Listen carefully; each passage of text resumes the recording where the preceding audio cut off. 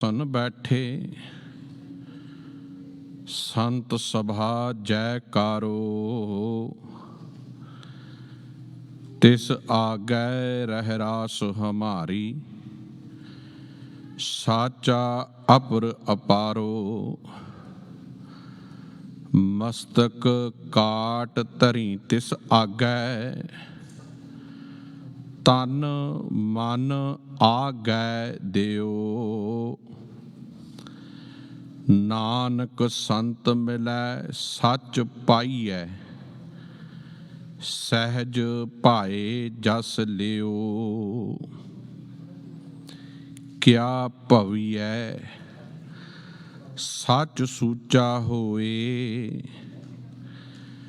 साच शब्द बिन मुक्त न कोए।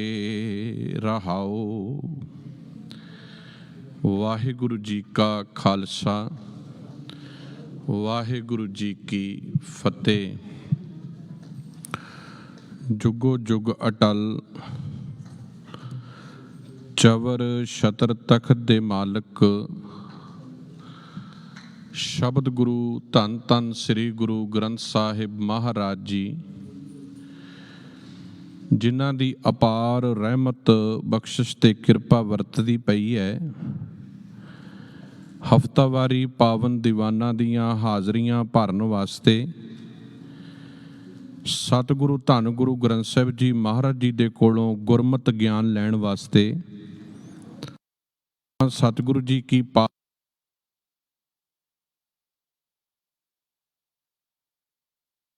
कोल बैठ के असीं अपने जीवन दे विच सच नूं समझ सकीए ते सच्चाई तो जाणू हो के अपने जीवन नूं गुरमत दे गाडी राह ते तोर सकीए। क्योंकि साडे जीवन दे विच जदों भी बदलाव आवेगा उदों आवेगा जदों असीं गुरु ग्रंथ साहिब जी नूं अपना आधार बना लवांगे।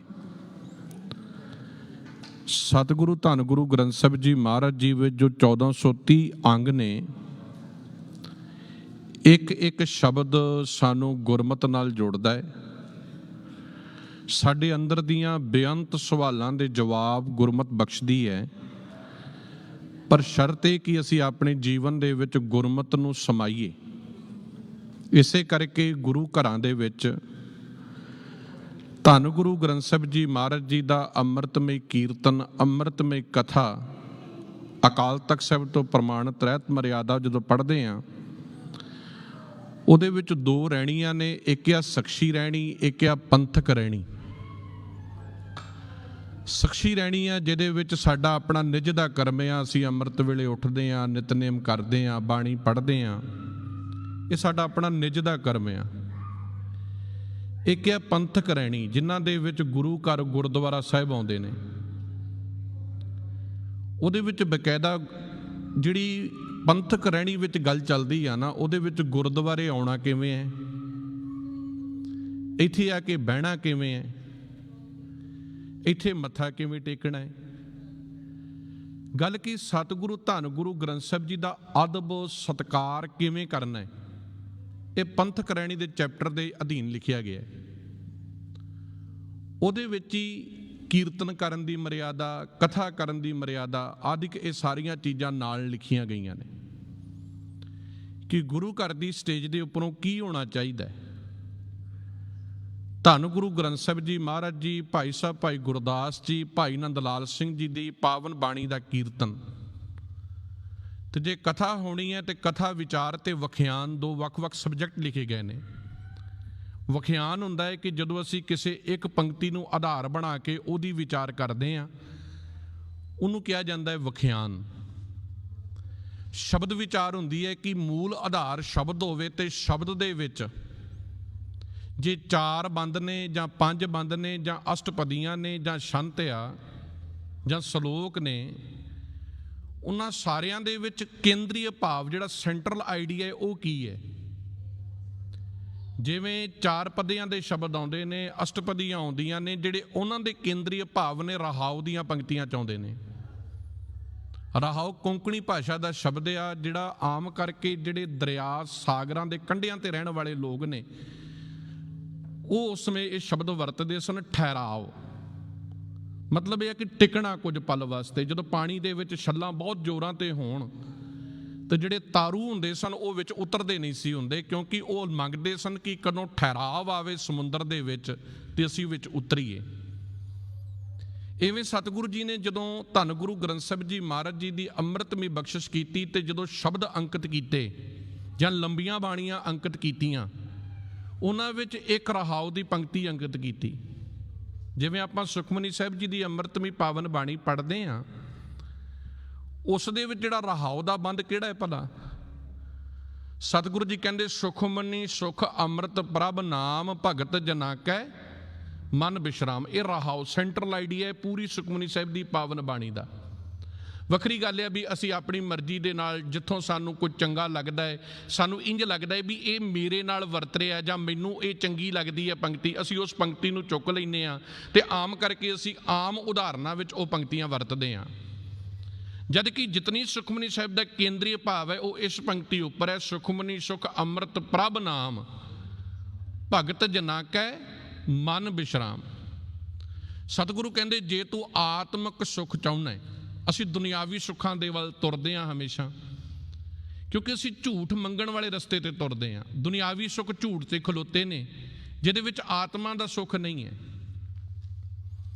ਆਤਮਿਕ ਤੌਰ ਤੇ ਅਸੀਂ ਬਹੁਤ ਕਮਜ਼ੋਰ ਹਾਂ, ਬਹੁਤ ਹੀ ਨਿਰਬਲ ਹਾਂ, ਕਿਉਂਕਿ ਜਿੱਥੇ ਆਤਮਾ ਦੀ ਖੇਡ ਖੇਡਣੀ ਹੁੰਦੀ ਹੈ ਉੱਥੇ ਅਸੀਂ ਹਾਰ ਜਾਂਦੇ ਹਾਂ।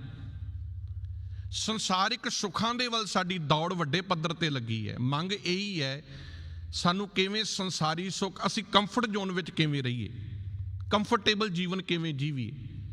ਜੋ ਅਸੀਂ ਘਰ ਦੀਆਂ ਚੀਜ਼ਾਂ ਖਰੀਦਦੇ ਹਾਂ ਜਾਂ ਘਰ ਬਣਾਉਂਦੇ ਹਾਂ ਜਾਂ ਗੱਡੀਆਂ ਖਰੀਦਦੇ ਹਾਂ ਜਾਂ ਵੱਡੇ ਵੱਡੇ ਬਿਜ਼ਨਸ ਖਰੀਦਦੇ ਹਾਂ, ਉਹ ਕਾਹਦੇ ਵਾਸਤੇ ਆ? ਕਿ ਮੈਂ ਕਿਵੇਂ ਦੁਨਿਆਵੀ ਸੁੱਖ ਨੂੰ ਵੱਧ ਤੋਂ ਵੱਧ ਗ੍ਰਹਿਣ ਕਰ ਸਕਾਂ। ਪਰ ਸਤਿਗੁਰੂ ਪਾਤਸ਼ਾਹ ਜੀ ਜਦੋਂ ਇਸ ਚੀਜ਼ ਨੂੰ ਸਾਡੇ ਸਾਹਮਣੇ ਰੱਖਦੇ ਨੇ, ਸਭ ਕਹਿੰਦੇ ਆਪਣੇ ਅੰਦਰ ਝਾਤੀ ਮਾਰ ਕੇ ਵੇਖ, ਤੂੰ ਅੱਜ ਅਮੀਰ ਹੋ ਜਾਵੇਂ, ਕਰੋੜਾਂਪਤੀ ਹੋ ਜਾਵੇਂ, ਆਪਣੇ ਅੰਦਰ ਪੁੱਛ ਕੇ ਵੇਖ ਤੇਰੀ ਆਤਮਾ ਸੁਖੀ ਹੈ। ਤੇ ਸਤਿਗੁਰੂ ਕਹਿੰਦੇ ਇਮਾਨਦਾਰੀ ਨਾਲ ਜੇ ਜਵਾਬ ਆਵੇਗਾ ਨਾ, ਸੁਖ ਨਾ ਹੀ ਬਹੁਤੇ ਧਨ ਖਾਟੇ।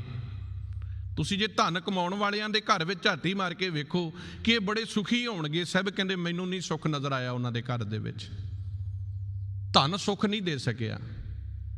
ਧਨ ਪ੍ਰਾਪਤ ਕਰਨ ਦੇ ਬਾਵਜੂਦ ਵੀ ਤੁਸੀਂ ਇੱਕ ਗੱਲ ਚੇਤੇ ਰੱਖਿਓ, ਗੁਰਦੁਆਰਿਆਂ ਦੇ ਵਿੱਚ, ਮੰਦਰਾਂ ਦੇ ਵਿੱਚ, ਮਸਜਿਦਾਂ ਦੇ ਵਿੱਚ, ਸ਼ਿਵਾਲਿਆਂ ਦੇ ਵਿੱਚ ਬਹੁਤਾਤ ਗਿਣਤੀ ਉਹਨਾਂ ਦੇ ਲੋਕਾਂ ਦੀ ਹੋਵੇਗੀ ਜਾਂ ਤਾਂ ਜਿਹੜੇ ਬਹੁਤ ਧਨਾੜ ਨੇ, ਉਹ ਆਪਣੇ ਆਪ ਦਾ ਸੁੱਖ ਲੱਭਣ ਆਉਂਦੇ ਨੇ ਕਿ ਸ਼ਾਇਦ ਪੈਸਾ ਦੇ ਕੇ ਸਾਡਾ ਸੁੱਖ ਮਿਲ ਜਾਏਗਾ ਸਾਨੂੰ, ਸ਼ਾਇਦ ਅਖੰਡ ਪਾਠ ਕਰਾ ਕੇ ਸੁੱਖ ਮਿਲ ਜਾਏਗਾ ਸਾਨੂੰ, ਸ਼ਾਇਦ ਸਾਡੇ ਜੀਵਨ ਵਿੱਚ ਕੁਝ ਲੰਗਰ ਲਾ ਕੇ ਸਾਨੂੰ ਸੁੱਖ ਮਿਲ ਜਾਵੇਗਾ। ਇਹ ਇੱਕ ਸਾਧਨ ਹੋ ਸਕਦੇ ਨੇ, ਤਰੀਕੇ ਹੋ ਸਕਦੇ ਨੇ, ਪਰ ਸੁੱਖ ਉਦਣ ਆਵੇਗਾ ਜਿੱਦਣ ਅਸੀਂ ਆਪਣੇ ਆਪ ਨੂੰ ਵਿੱਚ ਰੱਖਾਂਗੇ।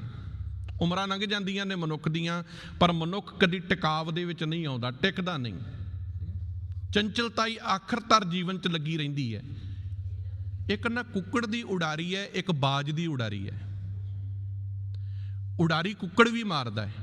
ਹੁਣ ਕੁੱਕੜ ਨੂੰ ਆਖੋ ਤੂੰ ਉੱਡ ਕੇ ਵਿਖਾ, ਤੇ ਕੁੱਕੜ ਦੀ ਉਡਾਰੀ ਕਿੰਨੀ ਉੱਚੀ ਹੋਊਗੀ? ਖੰਭ ਤੇ ਉਹਨੂੰ ਵੀ ਦਿੱਤੇ ਨੇ ਰੱਬ ਜੀ ਨੇ, ਪਰ ਕੁੱਕੜ ਉਡਾਰੀ ਮਾਰੇਗਾ ਕੁਝ ਕੁ ਉੱਚੀ, ਕੁਝ ਮੀਟਰ ਤੇ ਕੁਝ ਗਜਾਂ ਤੇ ਮਾਰ ਲਵੇਗਾ। ਪਰ ਬਾਜ ਦੀ ਉਡਾਰੀ ਆਕਾਸ਼ ਦੀਆਂ ਟੀਸੀਆਂ ਤੱਕ ਪਹੁੰਚ ਜਾਂਦੀ ਹੈ, ਤੇ ਉਹ ਜਿੰਨਾ ਉੱਚਾ ਹੈ ਉਨੀ ਉਹਦੀ ਨਿਗਾਹ ਇੰਨੀ ਬਰੀਕ ਹੈ ਕਿ ਧਰਤੀ ਦੇ ਉੱਪਰ ਚੱਲਣ ਵਾਲੀ ਇੱਕ ਕੀੜੀ ਤੱਕ ਨੂੰ ਵੇਖ ਸਕਦਾ ਹੈ। ਜਿੰਨੀ ਉਚਾਈ ਦੇ ਵਿੱਚ ਉਹ ਉੱਡਦਾ ਹੈ ਉਨਾ ਉਹ ਧਰਤੀ ਤੇ ਰਹਿੰਦਾ ਹੈ। ਇਸੇ ਕਰਕੇ ਜਿਹੜਾ ਪ੍ਰਤੀਕ ਆ ਨਾ ਬਾਜ, ਉਹਦਾ ਮਕਸਦ ਇਹ ਹੈ ਕਿ ਸਿੱਖ ਦੀ ਸੋਚ ਆਕਾਸ਼ ਦੀਆਂ ਉਚਾਈਆਂ ਤੱਕ ਹੋਣੀ ਚਾਹੀਦੀ ਹੈ, ਪਰ ਉੱਚਾ ਚੜ੍ਹ ਕੇ ਵੀ ਇਤਨਾ ਨਾ ਉੱਡਣ ਲੱਗ ਪਵੇ ਕਿ ਉਹ ਧਰਤੀ ਤੋਂ ਹੀ ਆਪਣਾ ਨਾਤਾ ਤੋੜ ਲਵੇ। ਸੰਸਾਰ ਵਿੱਚ ਤੁਹਾਨੂੰ ਐਸੇ ਲੋਕ ਮਿਲਣਗੇ ਜਿਹੜੇ ਅਮੀਰ ਦੀਆਂ ਪੌੜੀਆਂ ਦੇ ਉੱਪਰ ਚੜ੍ਹ ਕੇ ਇੰਨੇ ਹੰਕਾਰੀ ਹੋ ਜਾਂਦੇ ਨੇ, ਇੰਨੇ ਹੰਕਾਰੀ ਹੋ ਜਾਂਦੇ ਨੇ ਕਿ ਉਹਨਾਂ ਦੇ ਅੰਦਰ ਤੁਸੀਂ ਨਿਮਰਤਾ ਜਾਂ ਗਰੀਬੀ ਨਹੀਂ ਲੱਭ ਸਕਦੇ। ਉਹਨਾਂ ਦੀਆਂ ਭਾਸ਼ਾ ਦੇ ਵਿੱਚ, ਉਹਨਾਂ ਦੀ ਬੋਲੀ ਦੇ ਵਿੱਚ, ਉਹਨਾਂ ਦੀ ਚਲਣ ਫਿਰਨ ਦੇ ਵਿੱਚ, ਉਹਨਾਂ ਦੀ ਭਾਵਾਂ ਦੇ ਵਿੱਚ ਅਹੰਕਾਰ ਤੁਹਾਨੂੰ ਝਲਕੇਗਾ। ਜੋ ਤੁਹਾਨੂੰ ਕਹਿੰਦੇ ਵੀ ਨਜ਼ਰ ਆਉਣਗੇ ਨਾ ਕਿ ਨਹੀਂ ਜੀ ਅਸੀਂ ਤੇ ਦਾਸ ਹਾਂ, ਤੇ ਉਹ ਦਾਸ ਸ਼ਬਦ ਵੀ ਹੰਕਾਰ ਨਾਲ ਭਰਿਆ ਹੋਵੇਗਾ, ਕਿਉਂਕਿ ਉਹ ਹੈ ਨਹੀਂ। ਹੰਕਾਰ ਅੰਦਰ ਇੰਨੀ ਅੱਗ ਲੱਗੀ ਹੋਈ ਹੈ ਕਿ ਜਿਹੜੀ ਹਉਮੈ ਦੀ ਜਿਹੜੀ ਖੁਰਲੀ ਹੈ ਉਹ ਖਾਲੀ ਹੈ। ਹੁਣ ਪੱਠੇ ਵਿੱਚ ਪੈਣੇ ਚਾਹੀਦੇ ਨੇ। ਤੇ ਜਿਹੜਾ ਮਿਡਲ ਕਲਾਸ ਵਾਲਾ ਮਨੁੱਖ ਹੈ, ਜਿਹੜਾ ਉਸ ਅਮੀਰ ਤੋਂ ਸੁੱਖ ਚਾਹੁੰਦਾ ਹੈ, ਉਹ ਫਿਰ ਕੀ ਕਰਦਾ ਹੈ? ਉਹਦੇ ਸੋਲੇ ਗਾਉਂਦਾ ਹੈ, ਉਹਦੀ ਉਸਤਤ ਕਰਦਾ ਹੈ, ਉਹਦੇ ਗੀਤ ਗਾਉਂਦਾ ਹੈ। ਬੜਾ ਅਮੀਰ ਹੈ ਜੀ, ਬੜੇ ਵਧੀਆ ਨੇ ਭਾਈ ਸਾਹਿਬ ਜੀ, ਭਾਵੇਂ ਉਹ ਕਿਤਨਾ ਗੁਨਾਹਗਾਰ ਹੋਵੇ, ਕਿਤਨੇ ਉਹਨੇ ਪਾਪ ਕੀਤੇ ਹੋਣ, ਸਰੇਆਮ ਉਹਦੇ ਗੁਨਾਹ ਹੋਣ, ਪਰ ਜਿਹੜਾ ਉਤੋਂ ਲਾਹਾ ਲੈਣ ਵਾਲਾ ਉਹ ਆਖੂਗਾ ਨਹੀਂ ਬੜਾ ਗੁਰਮੁਖ ਹੈ, ਕਿਉਂਕਿ ਸੱਚ ਨਹੀਂ ਹੈ ਨਾ ਜੀਵਨ 'ਚ। ਹੁਣ ਉਹਨੂੰ ਇਹ ਗੱਲਾਂ ਚੰਗੀਆਂ ਲੱਗਦੀਆਂ ਨੇ ਅਮੀਰ ਨੂੰ, ਕਿਉਂਕਿ ਉਹਨੂੰ ਇੰਜ ਲੱਗਦਾ ਇਹੀ ਤੇ ਮੈਂ ਚਾਹੁੰਦਾ, ਇਹੀ ਤੇ ਮੇਰੀ ਭਾਵਨਾ ਹੈ ਕਿ ਮੈਨੂੰ ਕੋਈ ਆਖੇ ਕਿ ਤੂੰ ਬਹੁਤ ਗੁਰਮੁਖ ਹੈ। ਹੁਣ ਜਦੋਂ ਉਹਨੂੰ ਪੱਠੇ ਮਿਲਦੇ ਰਹਿੰਦੇ ਨੇ, ਹਉਮੈ ਦਾ ਜਿਹੜਾ ਅੰਦਰ ਕੀੜਾ ਬੈਠਾ ਹੈ ਉਹਨੂੰ ਉਹਦੀ ਖੁਰਾਕ ਮਿਲਦੀ ਰਹਿੰਦੀ, ਉਹ ਖੁਸ਼ ਰਹਿੰਦਾ। ਤੇ ਜਿਹੜਾ ਉਹਨੂੰ ਹਉਮੈ ਦੇ ਪੱਠੇ ਪਾਉਂਦਾ ਸਾਈਡ ਤੇ ਪਤਾ ਜਾ ਕੇ ਕੀ ਕਹਿੰਦਾ ਹੈ? ਚੰਗੀ ਗੱਲ ਆ, ਨਹੀਂ ਤੇ ਇਹ ਅੰਦਰੋਂ ਹੈ ਕੱਖ ਨਹੀਂ ਜੇ, ਪਿੱਛੇ ਪਿੱਠ ਪਿੱਛੇ ਇਹੋ ਜਿਹੀਆਂ ਗੱਲਾਂ ਕਰਨਗੇ, ਕਿਉਂਕਿ ਅੰਦਰ ਚੰਚਲਤਾ ਹੀ ਹੈ। ਸਤਿਗੁਰੂ ਗੁਰੂ ਨਾਨਕ ਸਾਹਿਬ ਜਦੋਂ ਸਿੱਧ ਗੋਸ਼ ਦੀ ਵਿਚਾਰ ਚਰਚਾ ਰੱਖਦੇ ਆ ਨਾ, ਸੱਚੇ ਪਾਤਸ਼ਾਹ ਜੀ ਉਹਨਾਂ ਲੋਕਾਂ ਨੂੰ ਚੁਣਨਾ ਚਾਹੁੰਦੇ ਨੇ ਆਪਣੇ ਕਾਫਲੇ ਦੇ ਵਿੱਚ ਜਿਹੜੇ ਧਰਮ ਦੀ ਦੁਨੀਆ ਦੇ ਵਿੱਚ ਜੁੜੇ ਹੋਏ ਨੇ ਕਿਤੇ ਨਾ ਕਿਤੇ। ਜੋਗੀ ਦਾ ਮਤਲਬ ਹੈ ਜੁੜ ਕੇ ਰਹਿਣਾ, ਸਿੱਧ ਦਾ ਮਤਲਬ ਹੈ ਆਪਣੇ ਜੀਵਨ ਨੂੰ ਸਾਧਣਾ, ਆਪਣੇ ਆਪ ਨੂੰ ਲੱਭਣਾ ਕਿ ਮੈਂ ਕੀ ਹਾਂ। ਤੇ ਸਤਿਗੁਰੂ ਗੁਰਦੇਵ ਜੀ ਮਹਾਰਾਜ ਜੀ ਜਿਹੜੀ ਸਿੱਧ ਗੋਸ਼ ਦੀ ਬਾਣੀ ਅੰਕਿਤ ਕਰ ਰਹੇ ਨੇ, ਇਹਦੇ ਵਿੱਚ ਸੱਚੇ ਪਾਤਸ਼ਾਹ ਜੀ ਨੇ ਬੜੇ ਬਾਕਮਾਲ ਸਵਾਲ ਨੇ, ਜਿਹੜੇ ਸਿੱਧਾਂ ਦੇ ਬੜੇ ਡੂੰਘੇ ਸਵਾਲ ਨੇ। ਤੇ ਮੇਰੇ ਖਿਆਲ ਦੇ ਵਿੱਚ ਅੱਜ ਅਸੀਂ ਉਹ ਸਵਾਲ ਜੇ ਪੁੱਛਣੇ ਵਿੱਚ ਆਈਏ ਤੇ ਸਾਡੀ ਲੜਾਈ ਹੋ ਜਾਂਦੀ ਹੈ। ਕਈ ਵਾਰੀ ਤੁਸੀਂ ਕਿਸੇ ਬੰਦੇ ਨੂੰ ਪੁੱਛੋ ਤੂੰ ਫਲਾਣੇ ਕਥਾਵਾਚਕ ਨੂੰ ਸੁਣਦਾ ਹੈ? ਨਹੀਂ ਮੈਂ ਨਹੀਂ, ਜੇ ਮੇਰੇ ਵਿਚਾਰ, ਭਾਵੇਂ ਉਹ ਬੰਦਾ ਉਹਨੂੰ ਮਿਲਿਆ ਹੈ ਕਿ ਭਾਵੇਂ ਨਹੀਂ ਮਿਲਿਆ, ਭਾਵੇਂ ਇੱਕ ਦੂਸਰੇ ਨਾਲ ਕਦੀ ਹੈਲੋ ਹਾਏ, ਕਦੀ ਸਤਿ ਸ੍ਰੀ ਅਕਾਲ ਗੁਰੂ ਫਤਿਹ ਵੀ ਨਹੀਂ ਹੋਈ, ਪਰ ਮੇਰੇ ਮਨ ਵਿੱਚ ਉਹਦੇ ਪ੍ਰਤੀ ਨਫ਼ਰਤ ਆ, ਮੇਰਾ ਉਹਦਾ ਬੋਲਣਾ ਵੀ ਮੈਨੂੰ ਚੁੱਭਦਾ ਹੈ। ਕਿਉਂ? ਕਿਉਂਕਿ ਮੈਨੂੰ ਇੰਜ ਲੱਗਦਾ ਹੈ ਕਿ ਉਹ ਮੇਰੇ ਖਿਆਲਾਂ ਨਾਲ ਨਹੀਂ ਜੁੜਿਆ ਹੋਇਆ, ਜਿਹੜੇ ਮੇਰੇ ਅੰਦਰ ਦੇ ਖਿਆਲ ਨੇ, ਜਿਹੜੇ ਮੇਰੇ ਅੰਦਰ ਦੀ ਵਿਚਾਰਧਾਰਾ, ਉਹ ਮੇਰੇ ਨਾਲ ਨਹੀਂ ਜੁੜਿਆ ਹੋਇਆ। ਜੇ ਮੇਰੇ ਖਿਆਲਾਂ ਵਾਲਾ ਮਨੁੱਖ ਮੈਨੂੰ ਮਿਲ ਜਾਵੇ ਤੇ ਮੇਰੀ ਉਹਦੇ ਨਾਲ ਆਟੋਮੈਟਿਕ ਅਟੈਚਮੈਂਟ ਹੁੰਦੀ ਹੈ, ਕਿਉਂਕਿ ਉਹ ਮੇਰੇ ਖਿਆਲਾਂ ਨਾਲ ਜੁੜਿਆ ਹੈ। ਜਿਹੜੀ ਮੇਰੀ ਸੋਚ ਹੈ ਉਹਦੇ ਨਾਲ ਵਰਗੀ ਉਹਦੀ ਸੋਚ ਹੈ। ਪਰ ਗੁਰੂ ਨਾਨਕ ਸਾਹਿਬ ਐਸਾ ਨਹੀਂ ਮੰਨਦੇ। ਸਾਹਿਬ ਕਹਿੰਦੇ ਮੈਂ ਤੇਰੇ ਨਾਲ ਵੀ ਬਹਿਣ ਨੂੰ ਤਿਆਰ ਹਾਂ, ਬੇਸ਼ੱਕ ਤੇਰੇ ਮੇਰੇ ਵਿਚਾਰ ਨਾ ਰਲਣ, ਪਰ ਮੈਂ ਪਹਿਲਾਂ ਤੈਨੂੰ ਜਾਣਾਂਗਾ, ਤੈਨੂੰ ਸਮਝਾਂਗਾ, ਤੇਰੇ ਨਾਲ ਬਵਾਂਗਾ, ਤੇਰੇ ਨਾਲ ਖਲੋਵਾਂਗਾ, ਹਾਂ ਕੁਝ ਪਲ ਤੇਰੇ ਨਾਲ ਤੁਰਾਂਗਾ, ਫਿਰ ਹੌਲੀ ਹੌਲੀ ਤੂੰ ਮੈਨੂੰ ਸਮਝੀ ਤੇ ਹੌਲੀ ਹੌਲੀ ਮੈਂ ਤੈਨੂੰ ਸਮਝੂੰਗਾ। ਜਿਹਨੂੰ ਸੱਚੇ ਪਾਤਸ਼ਾਹ ਜੀ ਬਾਣੀ 'ਚ ਕਹਿੰਦੇ ਜਬ ਲਗ ਦੁਨੀਆ ਰਹੀਏ ਨਾਨਕ ਕਿਜ ਸੁਣੀਐ ਕਿਛ ਕਹੀਐ। ਪਹਿਲਾਂ ਸੁਣ ਫਿਰ ਕਹਿ।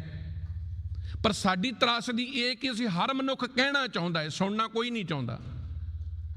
ਲਿਸਨਰ ਅਸੀਂ ਬਣ ਨਹੀਂ ਸਕੇ ਜ਼ਿੰਦਗੀ ਦੇ ਵਿੱਚ, ਸਰੋਤੇ ਨਹੀਂ ਗਏ ਅਸੀਂ ਝੱਟ ਰਿਐਕਟ ਕਰਦੇ ਹਾਂ। ਜਿੰਨੀ ਅੱਜ ਸਾਡੀ ਮੈਂਟੈਲਿਟੀ ਕਮਜ਼ੋਰ ਹੋ ਚੁੱਕੀ ਹੈ, ਜਿੰਨੀ ਅੱਜ ਸਾਡੀ ਆਤਮਾ ਕਮਜ਼ੋਰ ਹੋ ਚੁੱਕੀ ਹੈ, ਜਿੰਨਾ ਅਸੀਂ ਆਪਣੇ ਆਤਮਿਕ ਤੌਰ ਤੇ ਅੱਜ ਦੁਖੀ ਹਾਂ, ਇਹਨਾਂ ਸੱਚ ਜਾਣਿਓ ਅਸੀਂ ਆਪਣੇ ਜ਼ਿੰਦਗੀ ਦੇ ਵਿੱਚ ਪਹਿਲਾਂ ਨਹੀਂ